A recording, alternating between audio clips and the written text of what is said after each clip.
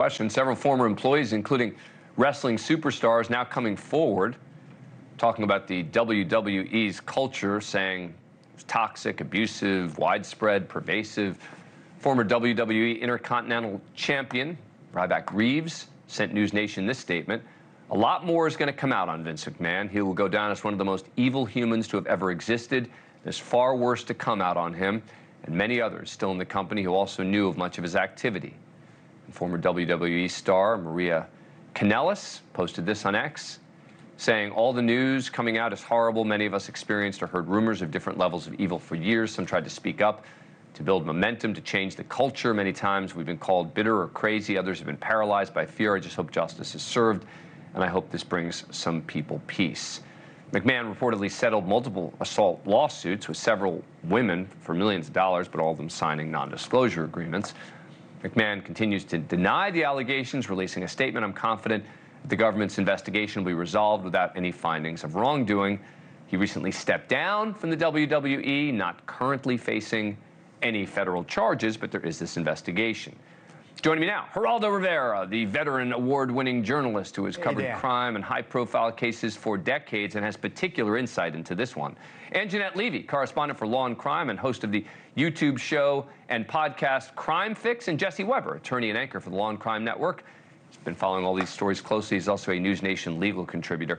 All right, so Jesse, first of all, bring us up to date on how we got here with the investigation now. The federal investigation. Yeah. So it's actually been going on since 2022, and a lot of it's been behind the scenes. What we do know is that this past summer, they got a hold of Vince McMahon's cell phone. They subpoenaed a number of documents, anything related to sex trafficking, anything related to rape, assault, discrimination, harassment. And as you said, this is kind of the next level, because we also understand at least 5 women are cooperating in this investigation, including Janel Grant, who there was an idea of her beforehand. Remember that $3 million settlement that he had gotten involved with her. That's what set off the WWE doing an internal investigation. But now with this lawsuit coming out and all of these allegations and what she's alleging, it kind of ties into this sex trafficking probe. All right, I was stunned, Geraldo, when I saw that 30 years ago, more than 30 years ago, you interviewed a woman named Rita Chatterton,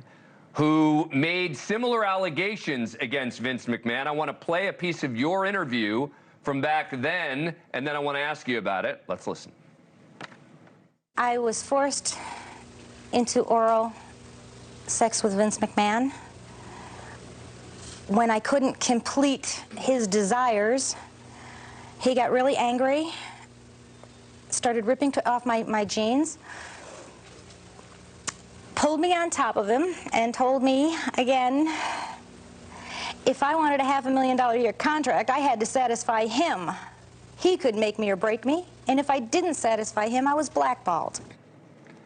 Geraldo, it is astonishing that we are still talking about this 30 years later. You know, it wasn't just Vince McMahon, even back then, Dan. It was a kind of a culture, a seedy, criminal culture that we were exposing at the time. What is interesting to me, though, is how Vince McMahon has been gentrified over the decades. How WWE has now formed this alliance with UFC, and that's a $5 billion Netflix deal. Vince McMahon welcomed in the parlors of socialites and politicians, became a real force. Where the group is based, and wrestling itself, which was so bizarre and burlesque, it became more of a sport. People came to realize, particularly after John Stossel got whacked by one of them, that these were real athletes and they really risked a lot.